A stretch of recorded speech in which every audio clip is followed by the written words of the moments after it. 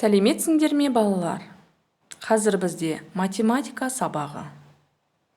Бүгінгі өтетін сабағымыздың тақырыбы таңдап алу тәсілімен шығарылатын комбинаторлық есептер. Оқу мақсаты таңдап алу әдісімен комбинаторлық есептерді шығару. Сабақ мақсаты таңдап алу әдісімен комбинаторлық есептерді шығарады. Бағалау критерийлері мүмкін нұсқаларды іріктеу тәсілімен комбинаторикалық есептерді дұрыс шеше алады. Олай болса, балалар, сабағымызды бастайық. Күннің көзі ашылып, көкке шуақ шашылды, құтты қонақ келіпті, төрімізге еніпті. Амандасу үлкенге тәрбиенің басы ғой, ал қанеки балалар, сәлем дейік үлкенге.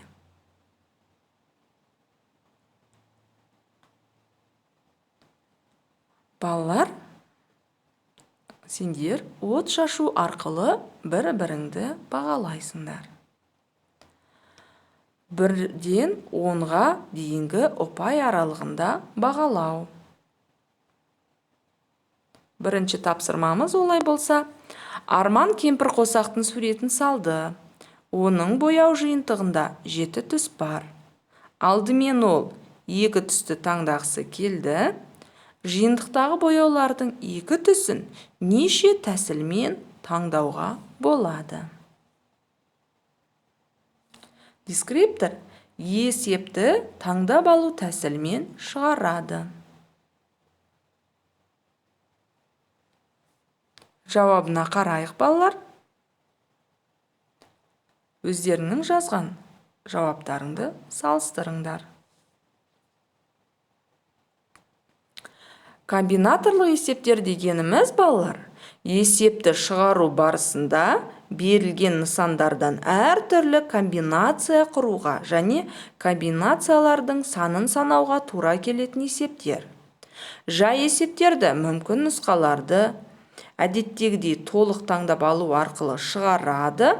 Қарапайым жағдайларда біз өзімізге қажетті барлық комбинацияларды жазып және олардың санын анықтай аламыз. Өмірде қандай қажеттілігі бар? Олай болса, номері 2-ші тапсырманы орындайық.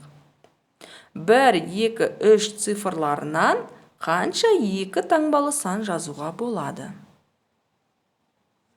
Дескриптор есепті таңдап алу тәсілмен шығарады. Жауабына мұқият қарайық, балалар. Өзіміздің жазған жауаптарымызды салыстырайық. Олай болса, номері 4-ші есеп мүмкіндіктер бұтағы деп аталады. 1-ші бару, 2-ші бару, 3-ші бару. Бұл жерде әжесі, құрбысы, сіңлісі.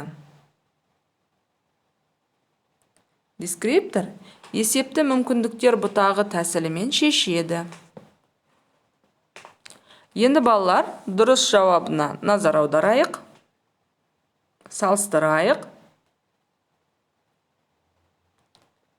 Балалар, енді есептерді шығарып шаршап қалсаңдар, сергіту сәтін жасайық.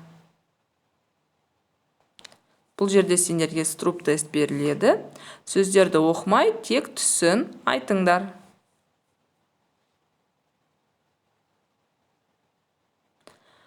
Келесі 6-ші тапсырма, кесте құрып тапсырманы орында. Үйірмесіне Арман, Серік, Ерлан, Нұрлан, Дана, Айна, Әлия, Маржан қатысады. Ұлдар мен қыздар қандай бейжұптарын құра алады? Олай болса, тапсырмамызды орындауға кірісейік, балалар. Дескриптор есепті кестенің көмегімен шешеді. Тапсырманың дұрыс орындалу жолына назар аударайық.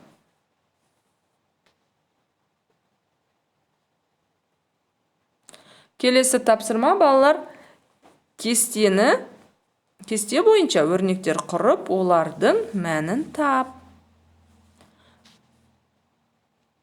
Дескриптор кесте бойынша өрнекті құрастырады, мәнін табады.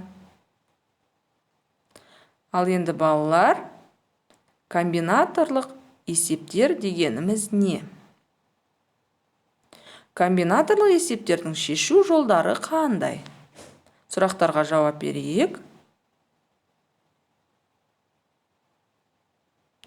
Үйге тапсырма номері 7-ші, номері 9-ші есептер 71-ші бетте.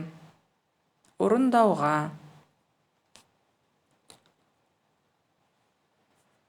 Рефлексияны ұсынамын, балалар. Олай болса, біздің бүгінгі сабағымыз аяқталды. Сау болыңдар.